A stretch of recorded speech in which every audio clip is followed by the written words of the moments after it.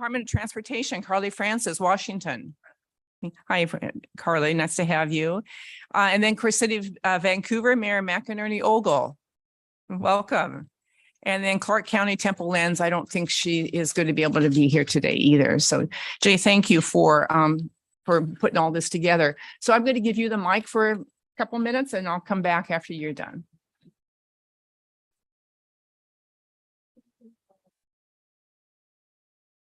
Oh, yeah, there's a few more people that I overlooked, pardon me. It happens to be Metro Councilor Wong. sorry, Metro Councilor, and Metro Councilor Garrett Rosenthal. Thank you. And then I think Councilor Nolan is not able to be here today. And then Councilor and Metro Council President Peterson. Pardon me. So thank you for your patience. Okay, Jay, it's yours. Good morning, everyone. Apologies, I'll just be a quick second. I just wanted to let you all know that we had a little bit of trouble with our live stream link this morning. You may or may not know, this is a somewhat hybrid meeting where you're all in person, but we have a live stream for your staff and for other folks to be able to watch.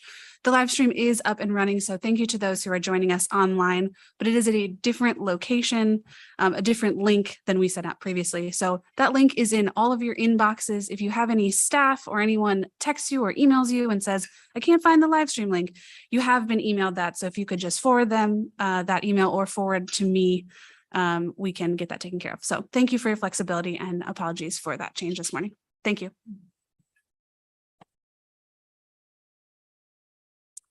Okay, so as I mentioned, safe and healthy arterials is our topic today. It's very close to my heart. In 2018, this group identified the high crash corridors and other corridors in need of investment in the 2018 Regional Transportation Plan. And so work on this transportation measure, we created the work on the transportation measure that we were trying to move forward. So metro and local jurisdictions have made significant strides in this work, thanks to all of you and the dedicated staff and officials throughout the region. But we're ready today to, because we still have a long ways to go, as we put up each month, the people that have died on our urban arterials every month that seems like the number continues to grow. Some of the folks in this room may or may not think of one of these arterials as your own main street. But many thousands of our constituents do. And of course, you and many others, thousands travel one or more of these roadways regularly every day. It's how we get to work, how we get to our children to school, how we get to the grocery store, how we get to our healthcare. So the charge is set for us to answer today. How do we as leaders in our communities want to step up to show that we're working for all the people who depend on these main streets for their daily needs? So to do that, we will explore what does safe and healthy mean to you and to them. And we will discuss how we can collaborate and make the region competitive for federal transportation funding that can help us make unprecedented progress on these roadways. So I'm now going to turn the mic over to Brandy Steffen to facilitate our introductions and review our group agreements and the agenda. And then we'll move on to Margie Bradway, Deputy Director of Planning at Metro. So Brandy. Thank you, Chair. All right. Well, welcome everyone. So just really quickly, I'm going to be helping facilitate the conversations today. So we'll have some short presentations. Then that will be followed by about 45 minutes of small group discussions. And then we'll have about 15 to 20 minutes of report back from each group so that we can all hear. That was a request to have a little bit more dialogue and a little bit more time hearing from each group following the last workshop. So then we'll head out before 9:30 and get you all off to the rest of your day. So I think with that, I'll hand it over to Margie. Good morning. I know many of you either were at MPACT last night or the WTS Awards last night. So I know it's early. Thank you for being here. Thank you for making the time. Thank you for those online. So I've got a PowerPoint. If we can switch over to that, I'll start my talking points. So we're here today to discuss urban arterials that are both critical connections in our region and represent both how there is opportunity to improve our regional system as well as the need for change. Oh, there they are. So this is a map of our major urban arterials. It doesn't include our minors. These arterials touch everyone in the region.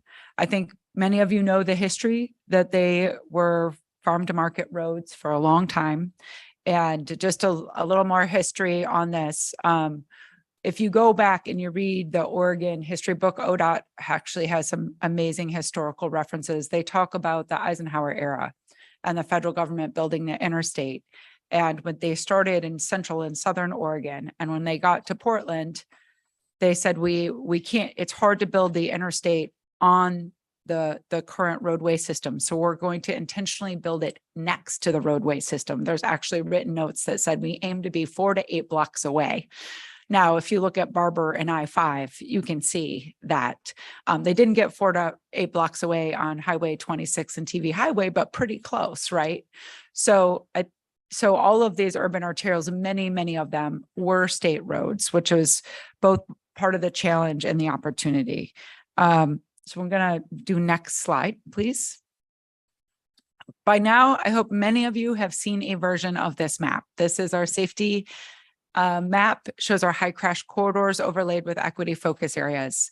It doesn't make it any less important if you've seen it before. In fact, it continues to illustrate how the intersectionality between where BIPOC and people of color live and where our worst safety problems are. We also know that urban arterials are actually main streets for thousands of people in our region. They're concentrated on these roadways in terms of affordable housing, in terms of traveling to work, and as Councillor Craddock said, accessing basic needs. So next slide. I'm going to go through a couple facts about urban arterials in our region. Again, you might have heard them, but they are worth repeating. Urban arterials account for 5% of roadway miles in our region, yet 41% of the traffic fatalities in the entire region. There are 50% of the fatal bike and ped crashes. And if you've listened to me read off the names of the fatalities every month in the JPACT, I see this, and you probably do too.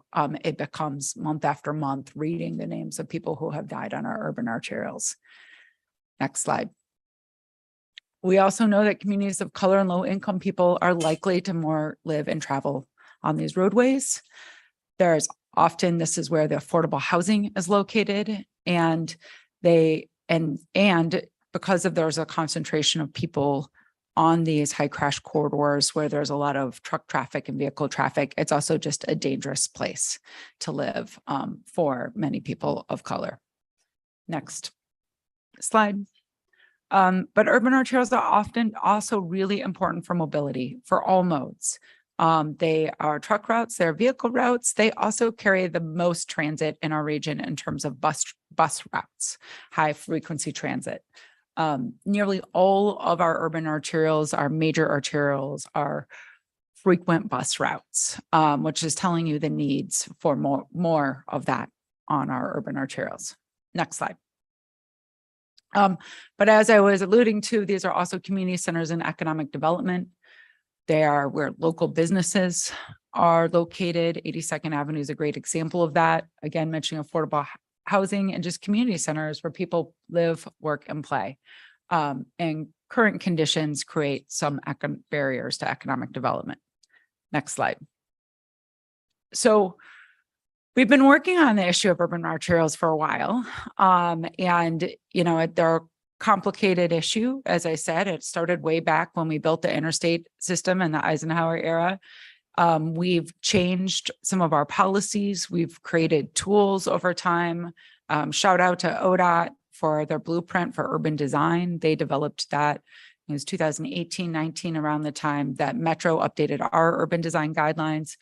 We've also done some good policy work highlighting the need to prioritize these arterials. And also I just did another relevant document was Metro's work on jurisdictional transfer and jurisdictional transfer assessment. But in spite of all this policy work and these tools, we still have a lot of work to do. Next slide. Next slide, sorry. So I always like to think of the challenge with an opportunity. With every challenge presents an opportunity. So with the funding, needs are greater than what we have today. It's not only the amount of funding, but the way that funding is structured and collectively structured through federal, state, regional, and local government for comprehensive funding in these arterials. And the purpose of the roadway is not always clear. Like I said, these are leftover state highways, often referred to as orphan highways. Some of the functional class, which is a very wonky planner speak, but it's kind of the definition of how a roadway is defined. That also, if that's not clear, the functional class is not clear, creates confusion, as well as ownership. And I mentioned jurisdictional transfer as a tool. And then lastly, design. Multimodal nature of these arterials the design issues on these arterials are incredibly difficult. They're very big roadways with high volumes and a lot of multimodal needs, as well as access challenges. That's driveways essentially along the roadways. So here are some challenges and opportunities that you'll get into in your small work group today. So last slide, and I will end here, is looking ahead to the RTP. My staff doesn't know I added this, but with every problem, we're here for inspiration as a chance to make a change. So I hope we put on our hats. I think the problem statement is pretty clear on urban arterials, and we think about solutions today. So thank you for your time.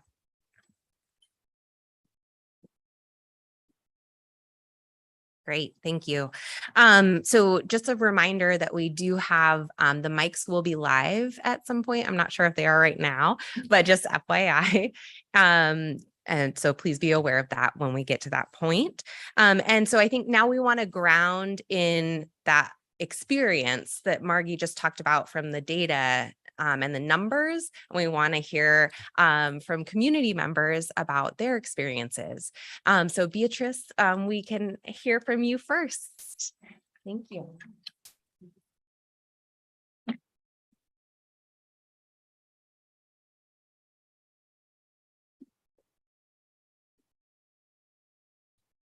Good afternoon.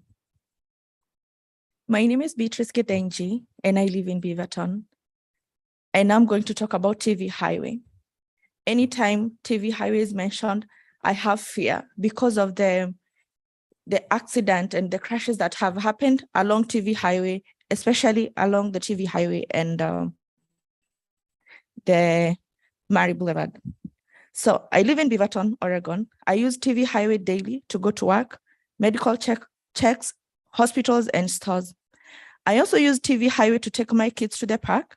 Sometimes my kids ride their bikes along the TV Highway to the park. The TV Highway contributes significantly to social growth and relations because our families visit one another more easily, and we frequently go to the special trips and vacations and travel for reasons other than work-related activities. There are some locations with the parks along the TV Highway that are only accessible via the highway and also connected between more minor rural routes and country back roads. We therefore want to see trips taken through the TV Highway use less time on the road and spend more time enjoying more fun activities with our families and friends. As a community member, I would like to see the transportation equity exercised. Transportation inequity is mainly felt by our seniors, the people with disabilities, low incomes, people of color, the LGBTQI community, those living in undeserved regions. Low-income people who live in undeserved areas and seniors are most likely to be injured or killed while walking, with age and poverty increasing in the chances of the risk by 50% or more. Transportation equity to me is the ability to move freely on the roads or by bus, train, without fear of harm, violence, and free from being a victim of hate crimes. Transportation inequity in undeserved low-income neighborhoods is often due to the lack of safety infrastructure and living near high-speed volume roadways such as the TV Highway. Those with disabilities have additional transportation challenges, such as lack of transportation inequity are those without reliable access to personal vehicles, meaning that to increase equity, alternative, reliable, and affordable modes of transport need to be invested in. An enormous number of companies and corporations like Nike, Apple, Digimarc, IBM, Siemens, Walmart, Tekratronics, etc. count on the practicality of delivery on their goods and services over the road to compete in the fast-paced industry world. TV Highway provides the quickest route from point A to point B, meaning that those who must use this delivery method will need to utilize the fastest and the most direct means of the travel. This is why the TV Highway is very crucial. The reason I mention these companies, it's because these companies offer the job to my community. To my community members, we therefore want to see reliable, efficient, and affordable public transit accommodate how they get to their work stations and they do not own personal vehicles, and those that do not own personal vehicles. As a community member, we would like to see people no longer isolated and can reach places like grocery stores, doctors' offices, hospitals, etc., as well as going from place to visit. TV Highway plays a significant part in the growth and development of this county, of our county and our country. In conclusion, the TV Highway is very vital to my everyday life, and I appreciate you all for every conversation to improve it in terms of efficacy. Thank you.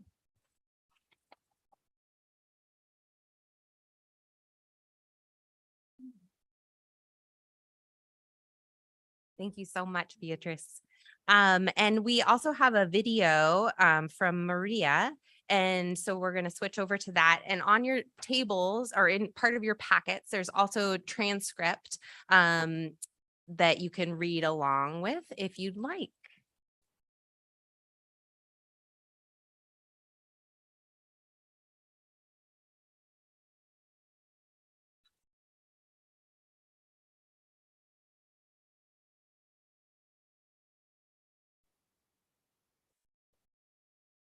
Es María Dolores Torres, vivo en la ciudad de Beaverton por casi 28 años. Trabajo con la organización sin fines de lucro Adelante Mujeres por ya 2 años y he estado muchos años involucrada con la comunidad. Yo uso el corredor de TV Highway por trabajo, para ir al doctor, para ir a algunas citas, por supuesto, con mis 3 hijos. 2 de ellos nacieron aquí en Beaverton y han crecido aquí. Entonces, desde ir a una tienda como la mayoría de la comunidad, en este corredor de TV Highway, encuentro panaderías, tiendas de abarrotes, gasolina, farmacia. Los desafíos más grandes de TV Highway, mientras ya sea que nos transportemos en bus o en el metro o por nuestro propio transporte, como nuestro automóvil. Normalmente siempre nos vamos a quejar del tráfico. Es un corredor muy importante, entonces es muy aglomerado.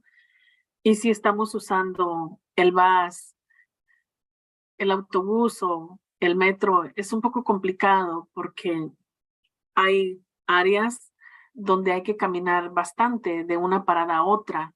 Sería importante hacer cambios como un poco más de vigilancia en esas ciudades más pequeñas, que no nos sientamos tan desprotegidos, y el hecho de que pase 5 o 10 minutos esperando, a veces 15, si se te pasó el bus, 20 minutos esperando, es complicado. Y a veces los cruces también están tan retirados que hacen a nuestra comunidad cruzar corriendo, ya sea para alcanzar el autobús o por diferentes razones, ya sea el clima o el cansancio, te hacen cruzar donde no hay semáforos, y eso pues trae consecuencias a veces graves, ¿no? Porque sabemos que TV Highway es un corredor con un alto índice de accidentes con los peatones y con los automovilistas. También le tenemos que sumar que TV Highway es un corredor con carreteras rectas y eso a veces les gusta mucho a la gente que les gusta correr automóviles y nos exponen tanto a los peatones como a los que conducimos.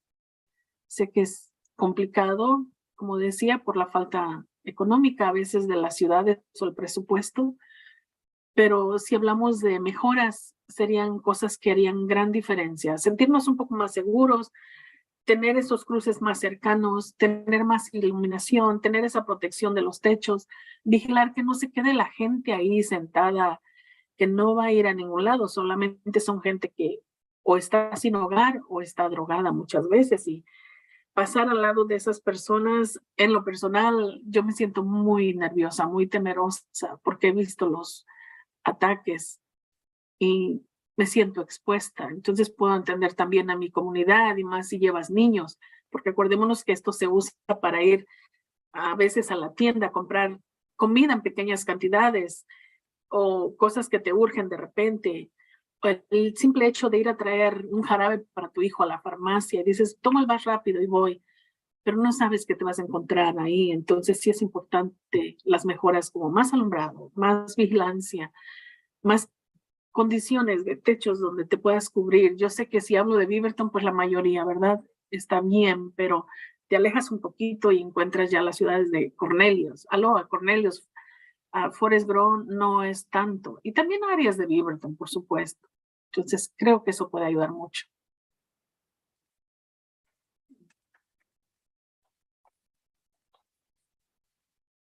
Thank you so much from those two perspectives. We really appreciate hearing from you.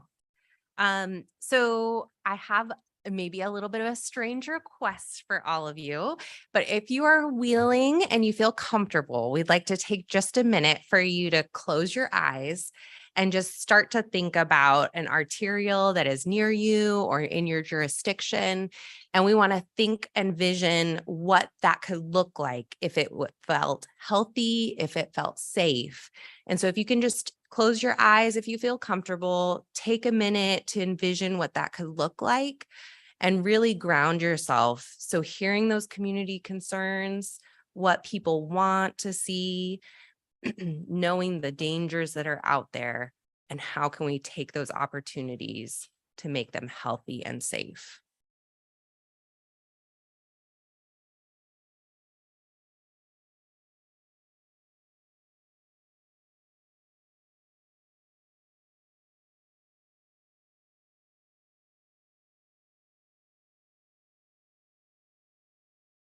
Okay.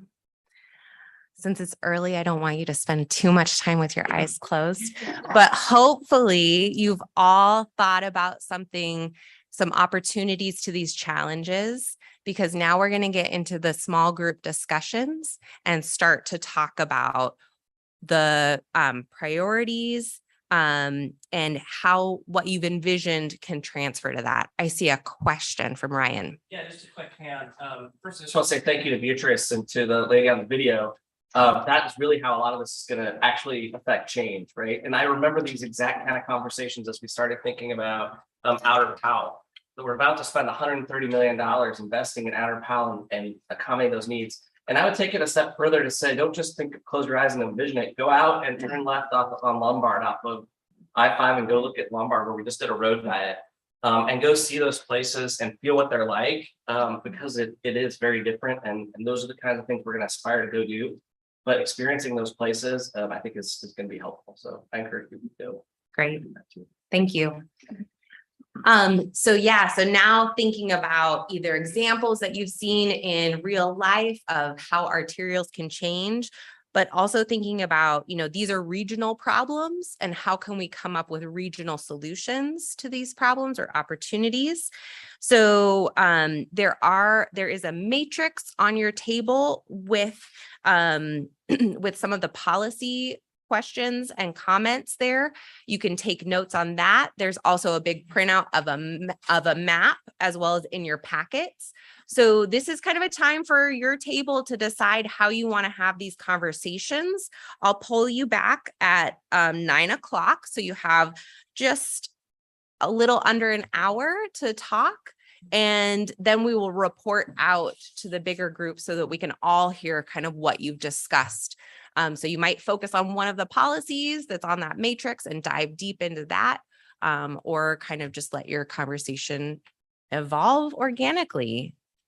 Okay, this is your time. Thank you.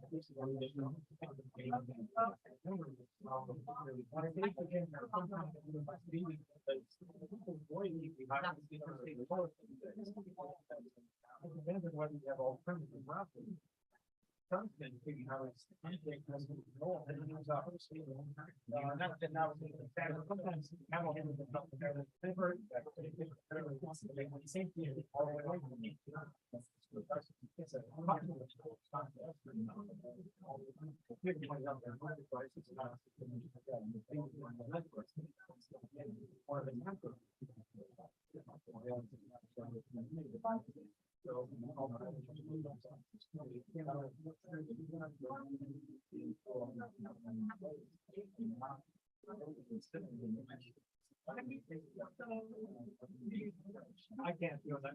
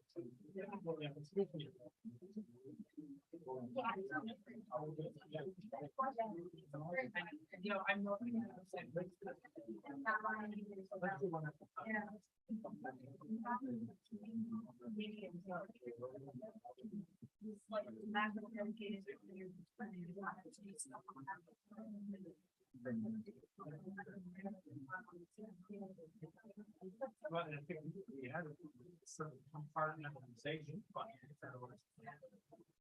for one thing, it doesn't always cover.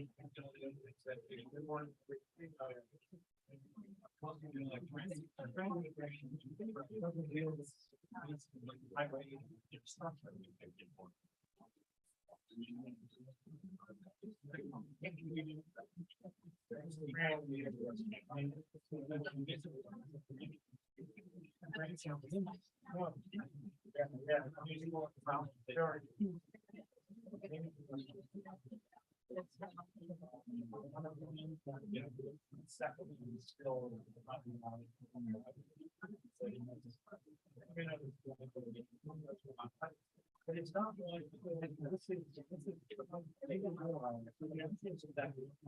we have a book for people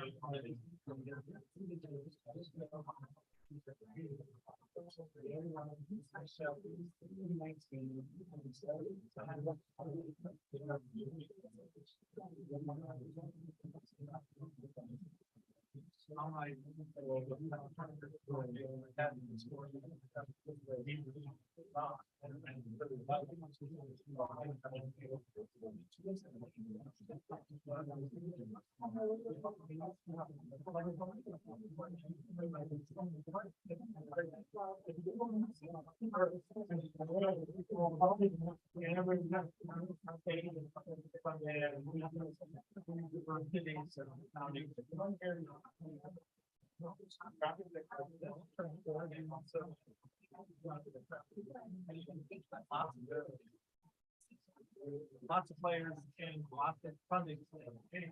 County funding, different process. So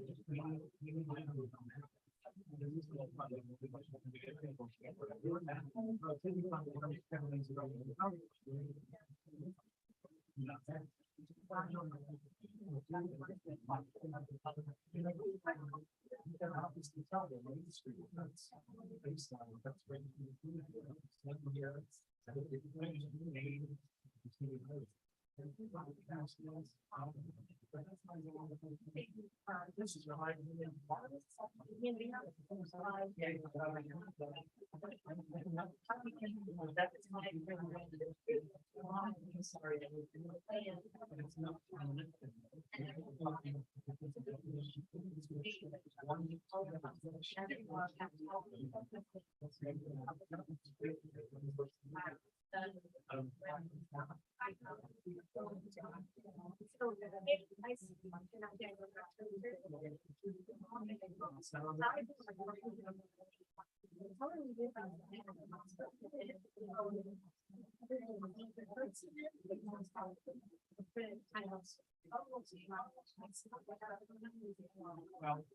sometimes it's not but it's not on. I just watching the count that the phone. No, they're rolling and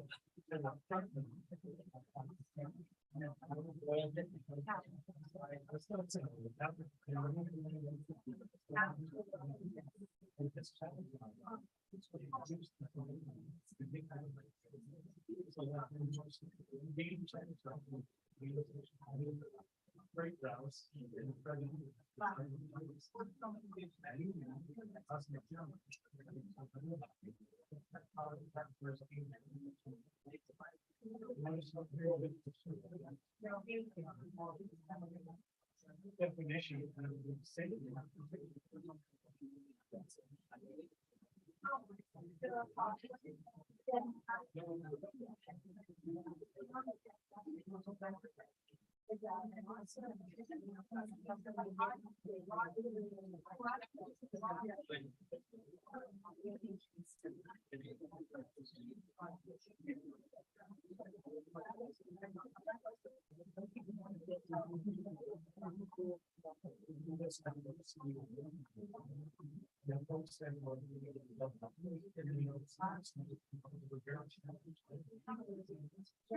Okay, maybe about 15 more minutes. So make sure that you're continuing those good conversations, talking about opportunities, problem solving. 15 more minutes.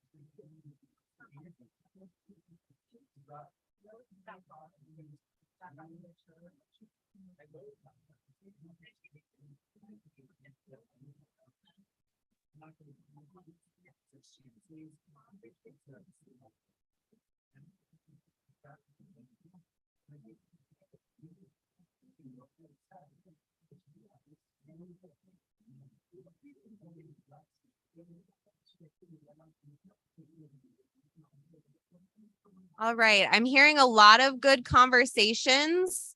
So let's give you 5 more minutes. 8:50, we will wrap up and start our report back. So please make sure that you have someone to report back. 5 more minutes.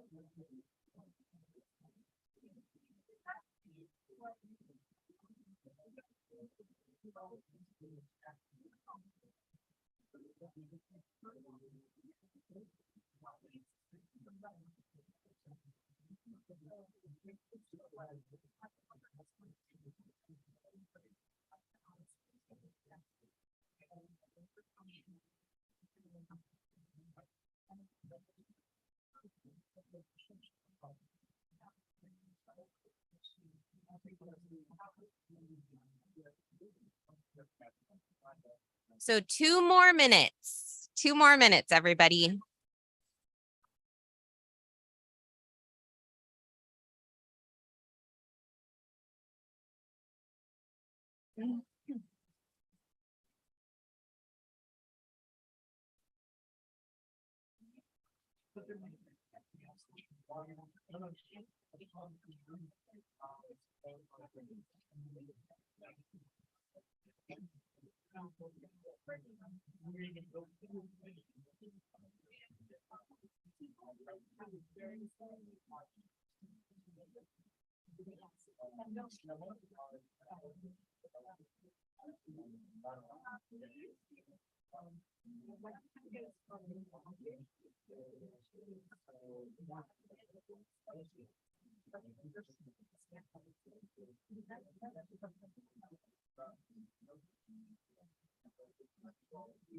All right, if you can finish up your last thought, we're going to come back to the larger group.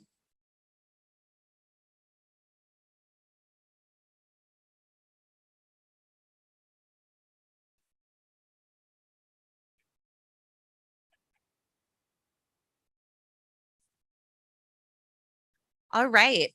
I saw a lot of great conversations. Thank you for letting me just eavesdrop on those. So hopefully your person who is going to report out is all ready. Obviously, you can all chime in.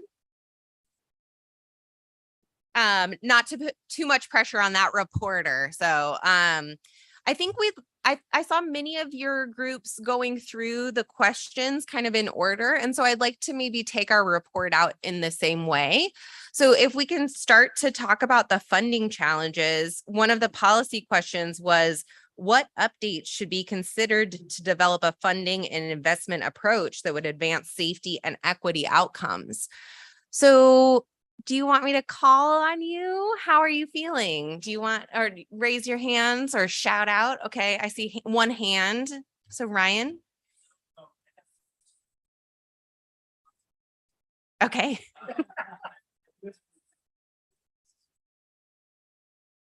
Sure. But from a funding perspective, that was kind of our number one thing.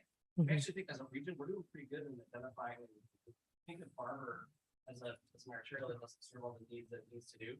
Well, we have a solution for it. It's just that it's $3 billion. And it provides the high capacity transit, the sidewalks, it does everything we want it to do, right? So I really do feel like, and I think our group recognized the problem is less about a new standard or a new thing, it's more about how do you pay for those things and how do you get those? And it went, so we went sort of beyond funding to what about developers? You got development code that says dedicated sidewalk. You drive down 82nd Avenue, you want to put in a sidewalk. City of Portland, no longer figuring out, well, you got a fence and a building there. Why is that there? Why didn't we set it back? So starting to think about correcting some of those historic things that we've been maybe causing some of our own issues on. What about, setbacks? We talked about the metro funding measure and like the fact that it really did identify a whole bunch of things that we could go do, but it falls back to our funding question. And so how do we tackle that? We also landed on if you start thinking about standards, one size doesn't always fit all. Even on outer Powell, we're talking about spending $130 million to go at separated bikeway and sidewalk. It looks different in different sections because you have tons of access, and a separated bikeway that does this at every driveway really doesn't accomplish your objective. And you still have all those conflict points. So how do you think about that? And so you have areas where you do have something like that, you have areas where you don't, and but you try to come up with other alternate solutions. So it's not necessarily just a standard or a thing that says that it's you're gonna have to go try to tackle those all together. And one of the number one things we talked about and what could this group do is listen to people like Beatrice, listen to ourselves and pushing these stories forward, developing those plans like we did on Outer Powell. It took 15 years for us to get around to the funding component of it, but we worked together, we developed it, we raised it up to our legislative and talked about the importance of it. So okay. this is the main one.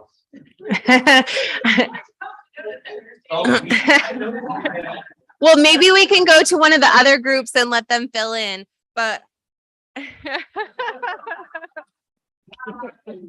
we can't abandon ship yet. So you'll all need to come back and drink your coffee here too. But if any of the other groups want to chime in, maybe or respond to one of those comments, funding, how does that play in?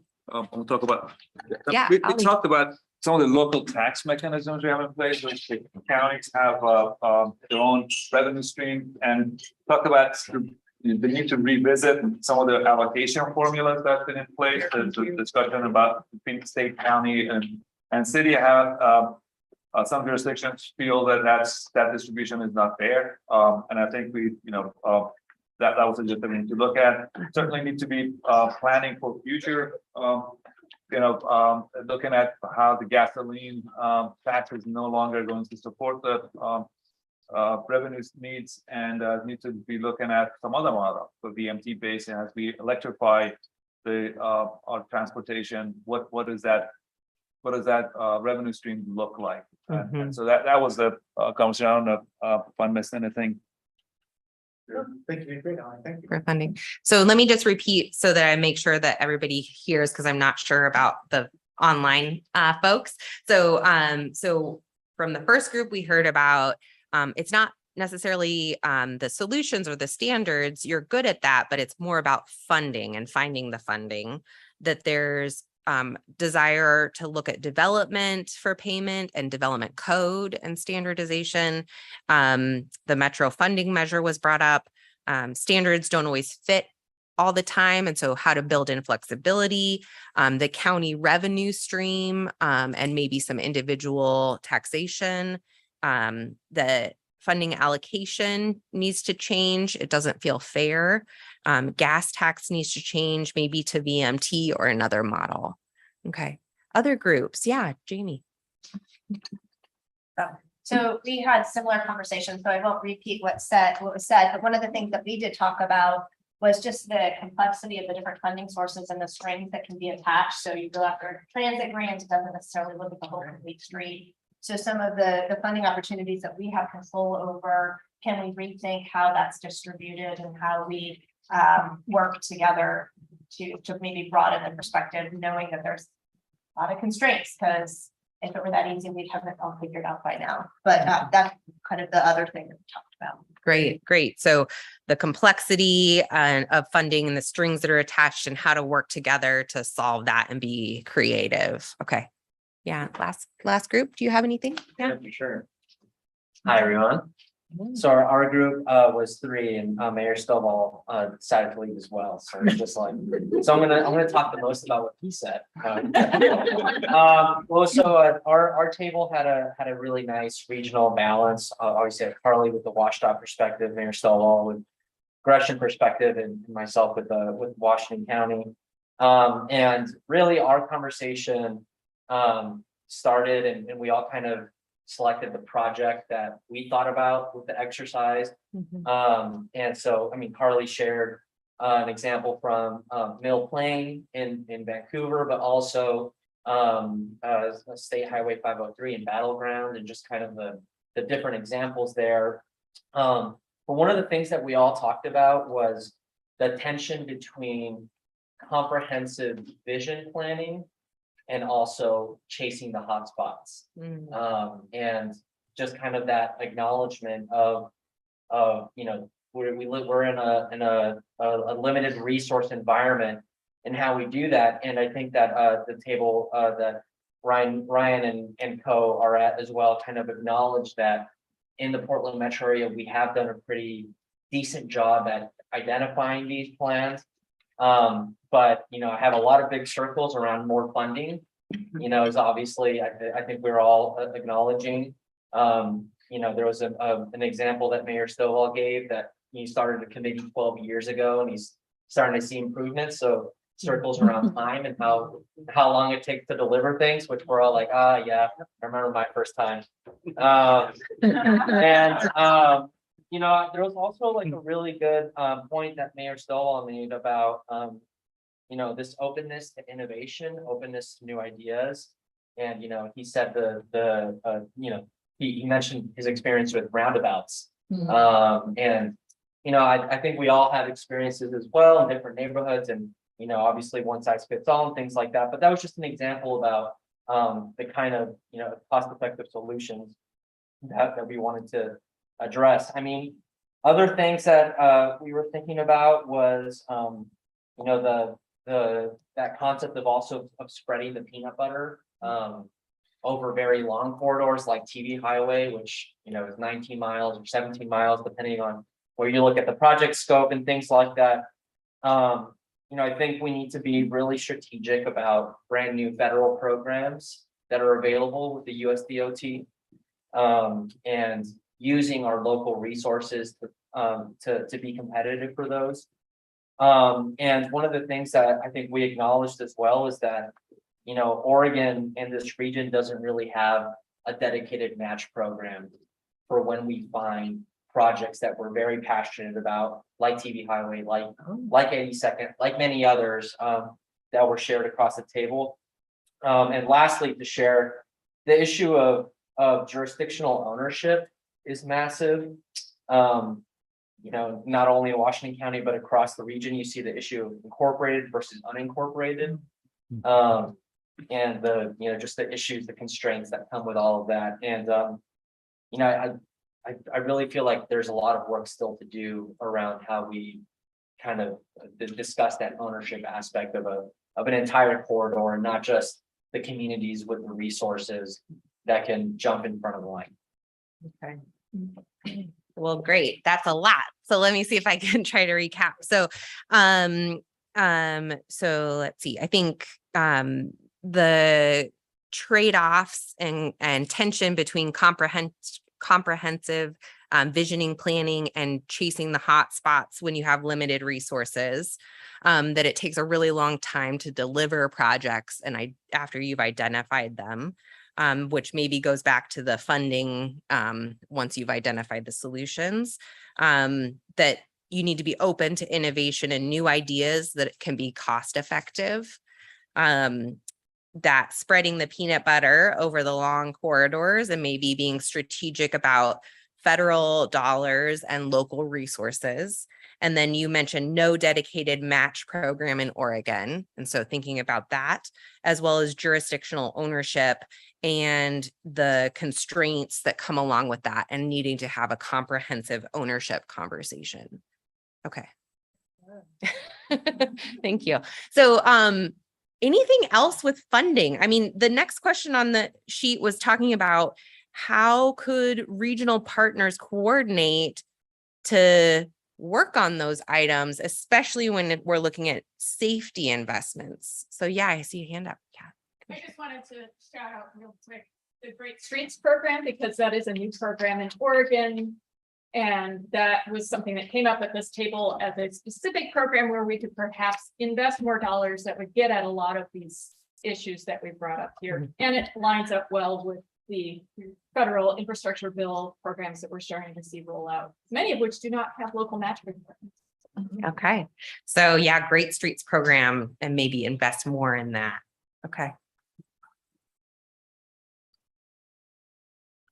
Anything on that question, policy question B? Yeah. I go ahead, get started. Our discussion was around the need to get agreement on the underlying maps and corridors.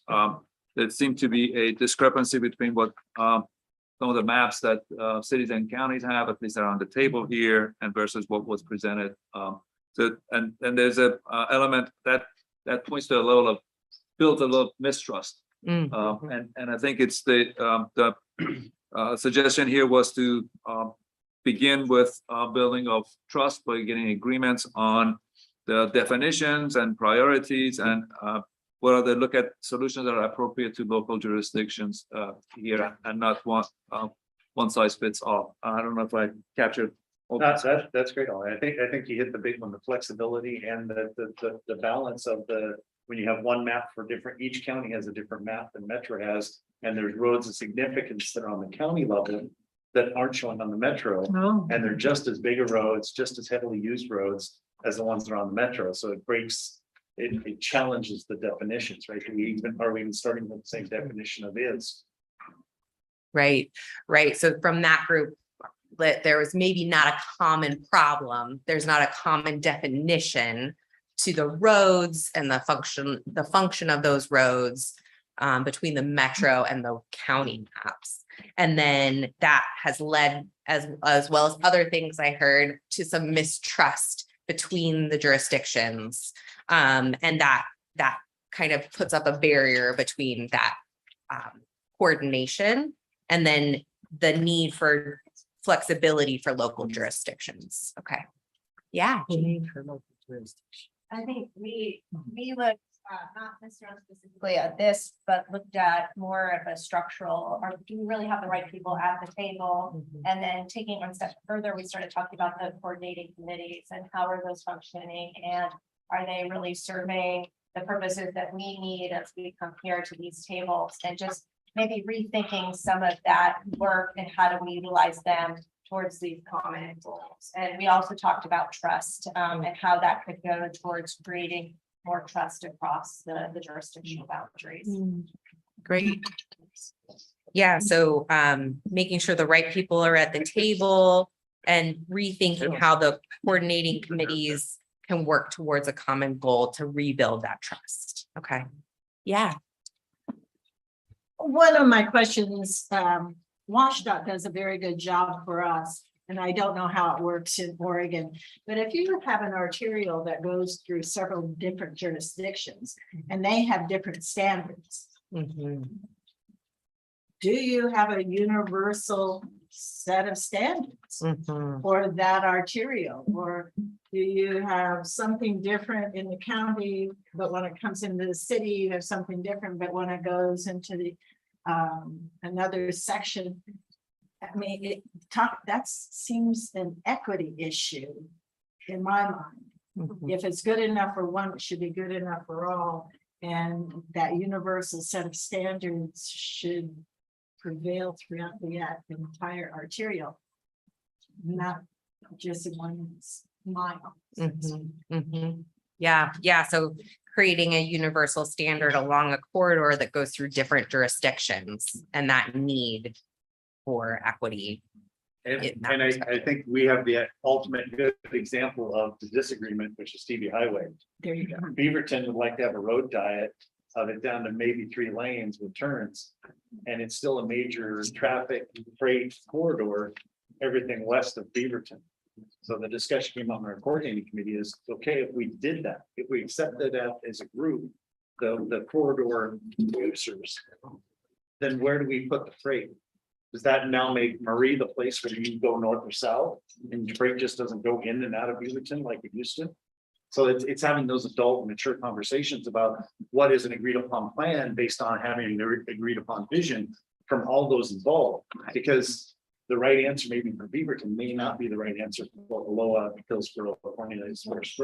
But if you're expecting a sidewalk in one section, wouldn't you want to expect a sidewalk on the other side of the intersection? And I think it's an agreement on how do you get there, right? We haven't had a full discussion on it. That's great. If it's a road diet here, great. It should be in, curbs, gutters and sidewalks on both sides. But what is that? Is that 8 feet of pavement, 10, 12 feet of pavement? How much pavement is that? And how does it work into the roadway? And we just haven't had all those discussions on getting to an agreed solution by all the partners along the shared roadway. There you go. So we'll try. We're trying. We're working on it. Yeah, just along these same lines, Mayor Stovall was talking about the north-south corridors in Gresham and how for a long time they had an idea of needing a new arterial to take all that freight traffic off of those roadways that was traveling through their community. And what they realized is it's actually going to the community.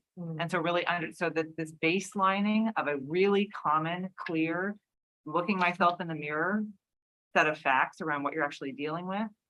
And also then talking about the fact that some of those have schools on them and other things and I think this sense of really having both at this level and then throughout the levels within organizations, that very clear mirror of what is actually needed, what is really truly at play, and having that like full and robust conversation, which is about people at the table and other things. But I think that space of just because until you have the space of recognizing that arterial, this new arterial, until it comes off the table, you don't have to grapple as strongly with the school zone on a major arterial. Like it becomes potentially like, oh, but it's not going to be so bad because we're going to dump traffic somewhere else. So I think that sense of really that clear sense of what's really at play on all these corridors is so important.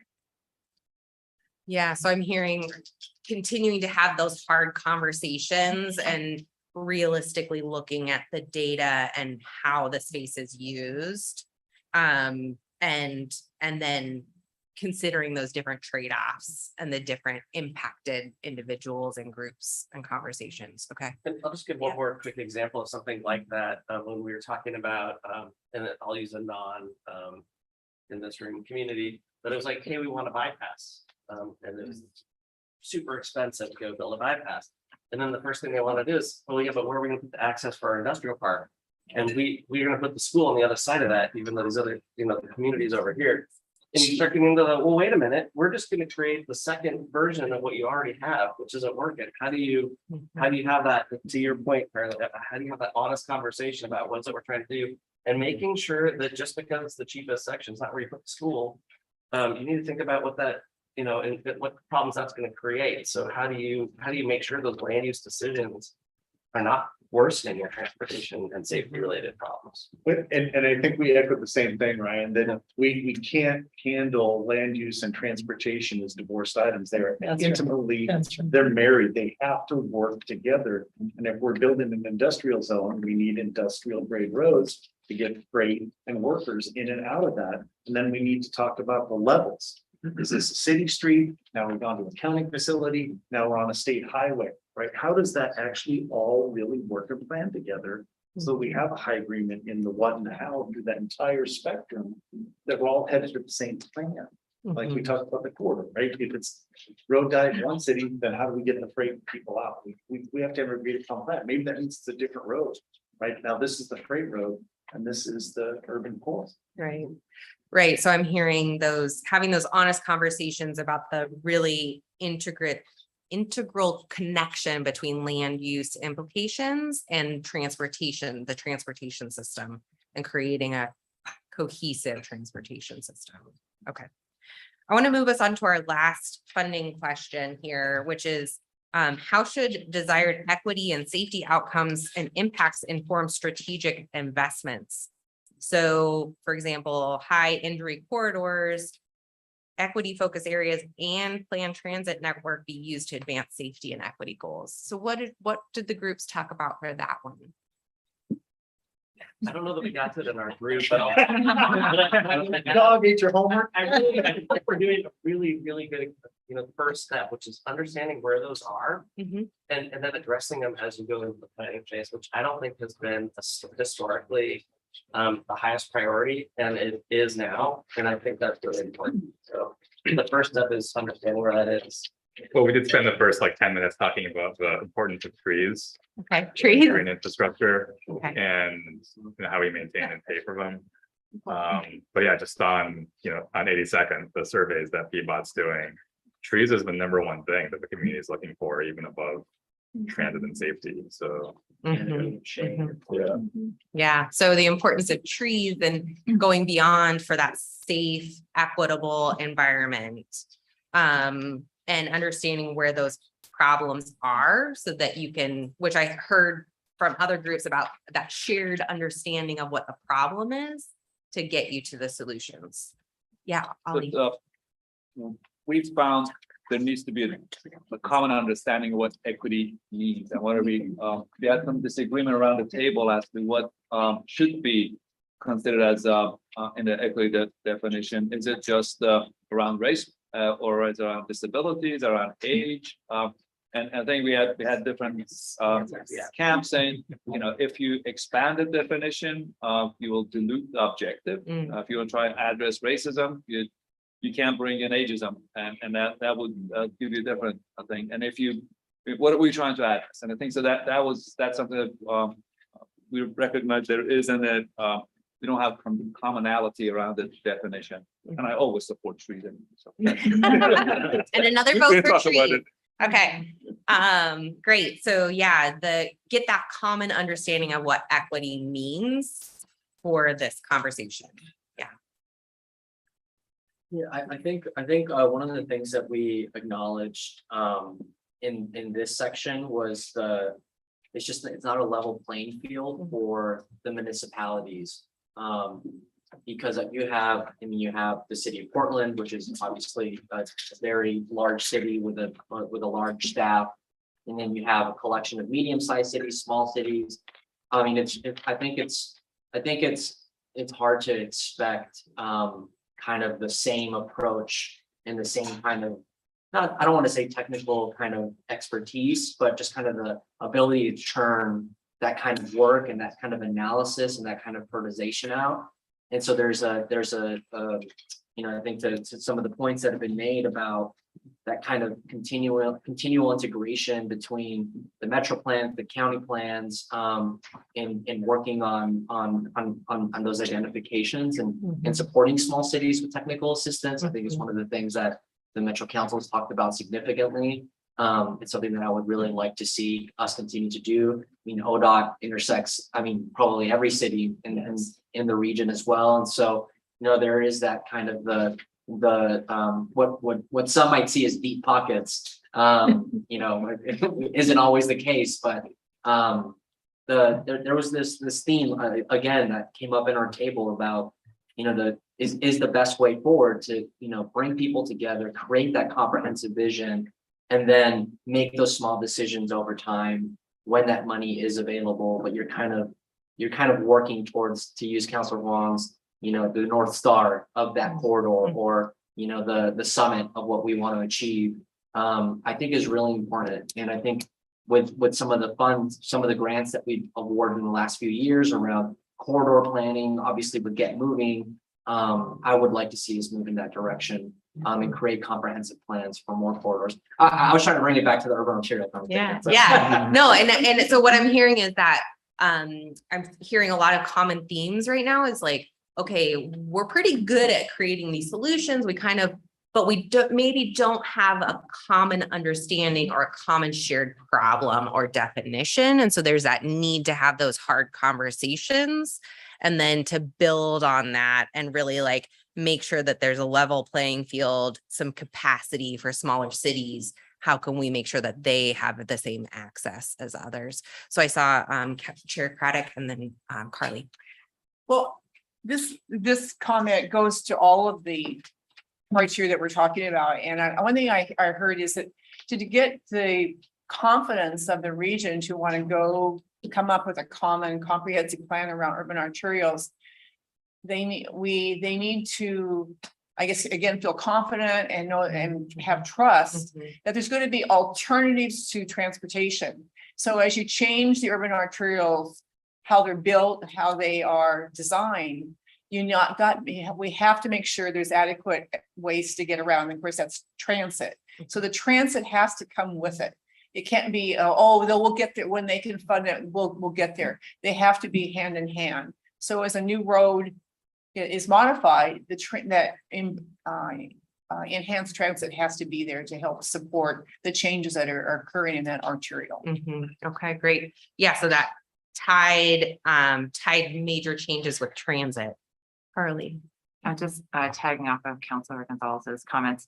Some of that local support is crashes happen in many places for many different reasons, some of which there is a design answer for, and some of which there is really not a design answer for. And so how do we help, especially smaller jurisdictions that may be just looking at where the incident occurred, understand maybe where the greatest risk is in different corridors and actually having that expertise. And so the idea maybe of like a kind of safety SWAT team that can actually help everybody have common definitions of these are some of your greatest risk locations. I know we already know that on some of these major arterials, but the question is, how do you emphasize the focus point of that? And it may or may not be the place where you've had, certain crash or not a certain crash. It's just this space of just also looking forward about what are the biggest risks in addition to where you've seen the crashes, and whether or not there's a way to sort of support folks in having that clarity as they're looking at investments and how to prioritize.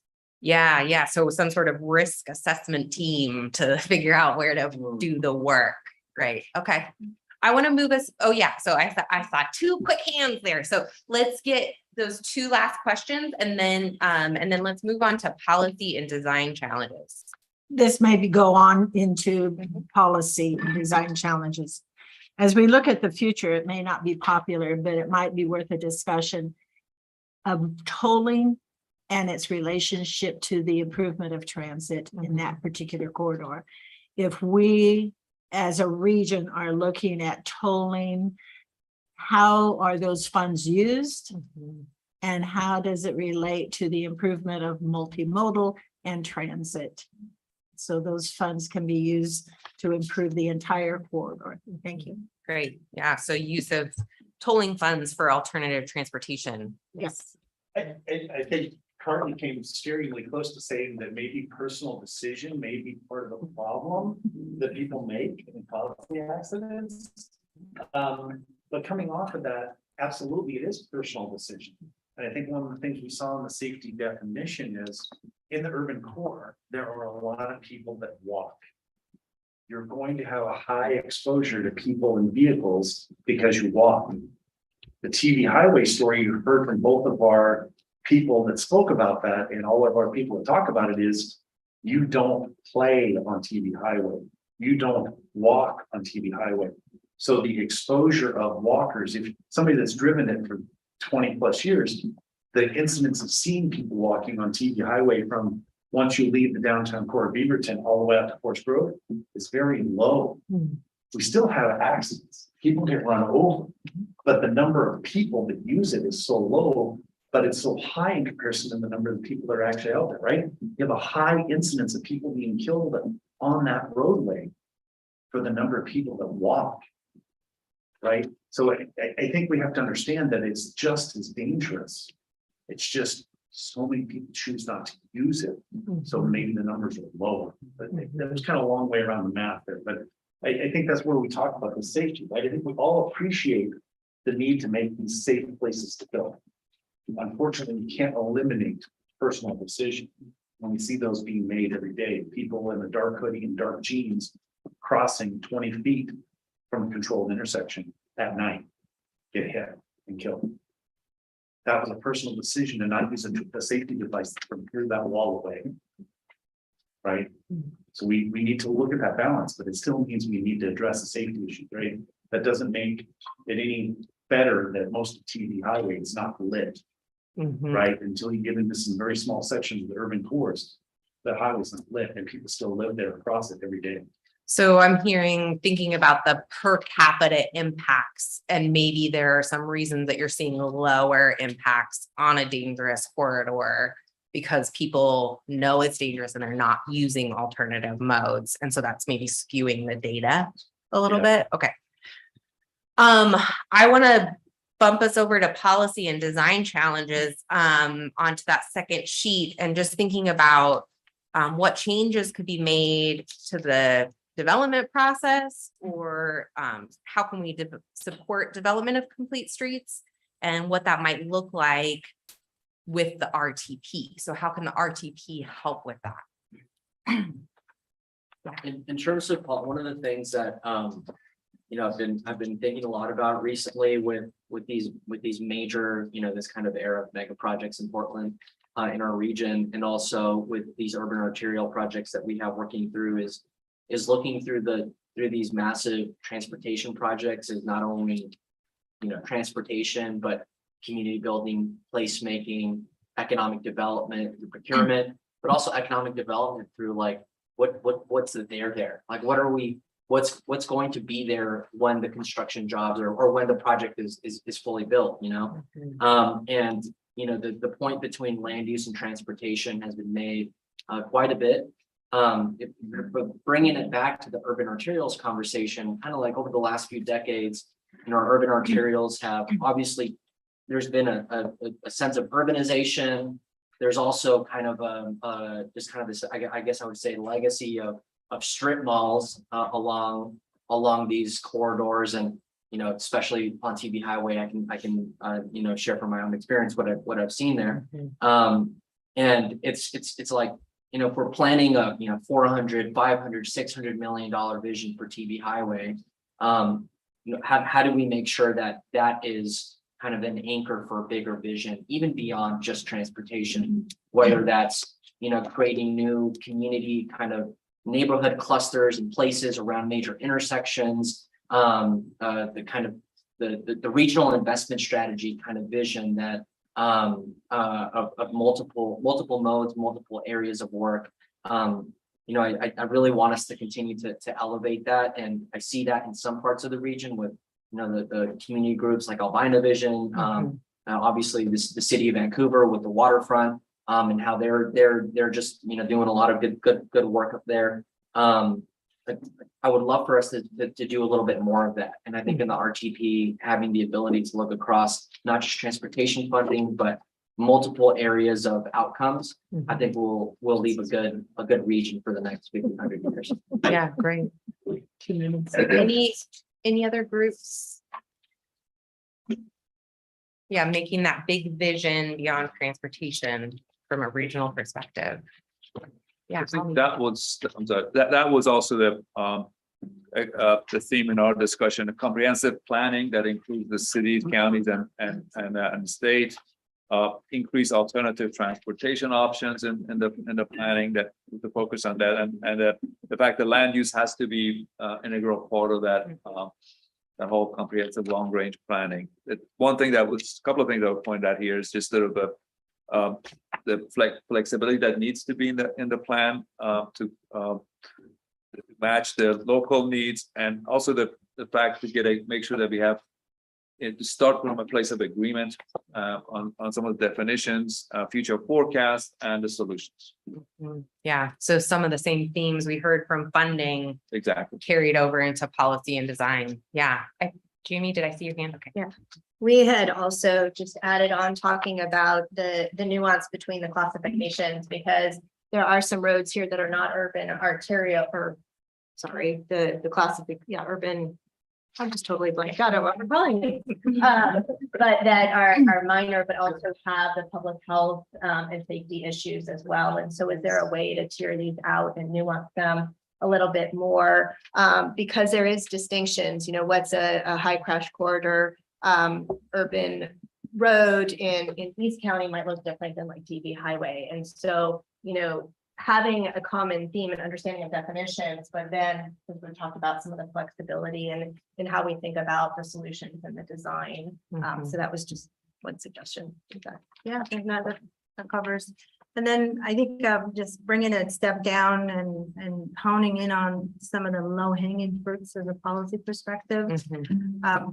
Sort of really going back to the first slide Marky shared about who is dying on these urban arterials, and really focus on perhaps we should protect and save those lives and invest in good infrastructure around bike infrastructure, walking and pedestrian. So I think that's one thing that I've heard from constituents is we really need to hone in on transit investments, like you were mentioning, and then good bike infrastructure and not to counter your point about the individuals and the clothing they wear. It's not their responsibility. Just because I'm wearing dark clothes doesn't mean I should die on that road, right? So it's not, it's not my responsibility to take on the lack of infrastructure investments on those roads. And when you say, oh, Nafisa, you were wearing a dark clothes.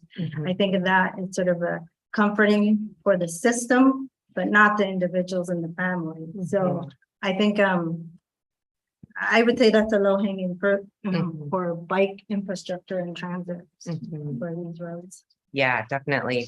Thinking about how we can invest to save lives, that vision zero kind of approach. Okay. Yeah, I see over here and then, yeah. And this was something that came up fairly early in our conversation. Brian asked, are we in an and situation? And our response was, this is an and. We have these roads that were, we know the evolution, they were meant for farm transporting goods. They still transport goods. They also provide services. And now we've turned them into neighborhoods effectively, because we've got all of this housing that goes along these arterials. Frequently that housing is serving lower income populations who have to choose to walk or to bike. And so when we don't look at it and address that reality, again, getting back to what are we actually dealing with here, the reality of this is an and situation. We have added this whole other set of use and users to these historic roads, and we keep building them as though that's not the case. So correcting that imbalance is really critical as we look at this and as we think about the vision, acknowledging this is what we're dealing with now. And this is what we'll continue to deal with. These houses are not going away. This is not going to change. There's vibrancy and culture that has sprung up along those arterials because of it. So perhaps rather than only thinking of this as a burden that needs to be corrected, it's looking at these roads as resources and incubators for small business and places where people come together, and really embracing that rather than trying to cram definitions one on top of each other. Is realizing it's a different thing. This is a different beast we've built. Let's really be honest about that and inclusive in how we create a future that really works. Yeah, the whole is greater than the individual parts, right? I want to move us on. I know you have a comment, Ryan. We're almost to the end of our time. Are there any policy questions that were not listed that we haven't touched on? There's a lot of things we have heard. Anything missing that we haven't talked about? And then we will get to wrap. Promise. He's counting down. I know he's counting down. He's saying no one else is raising their hands. We've got all the other ideas. Okay, Ryan. My comment, and this is just adding on to that, is it's pretty easy to solve that one problem. Like, how do we fix this for like if you're gonna ignore the rest? That's not what we can do, right? We have to also continue to serve freight, continue to serve the economy, continue to serve the through trip. If we're not, you can do that in different ways. You can move it to a different place, but it becomes a much more complicated question than just how do you solve this for one mode. It is that and question, and it's a much more complicated question than how do you just solve this one thing. Right, Ryan, you can say it real easy. Who in here can do algebra? Okay, who in here can do calculus? Right, not a lot of hands, right? When you start talking about that, you go for a while. Oh, math. So I think this was a really fruitful conversation. I hope you all, I felt like there were lots of good discussions that we had at the table. There were lots of common themes I heard today. We are moving into the next steps and wrapping up our meeting so that you can get out of here and address parking, because I know that's a thing. So what we're going to do is we're going to take this information back. I know that you all are going to meet again on the 20th of October, I believe. And so we are trying our hardest to get the summary written up for you so that you can see what you've said and see that in the summary noted back there. And then we are going to be having our workshop number 4 to talk about high capacity transit on October 27th. So we'll be back here. We are talking about maybe having. Oh, okay. Together again in how wherever we are. Yes. Okay. We can talk about that. Yes. Okay. All right. Well, thank you, everyone. This concludes. No, I'm sorry, Chair Craddock, you need to take it away.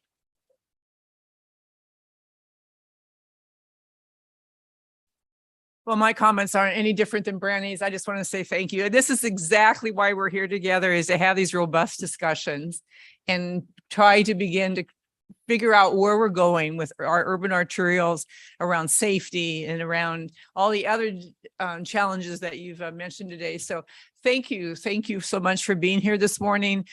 It's getting harder to get here at 7:30 now that it's dark and now that it's raining, and you did it. And thank you for all of you that are here today when others can't be here, and like Mayor Daylin, and thank you for subbing for us or for your commissioners. So I thank you. We'll let you go, get on with your day, and see you at the next discussion.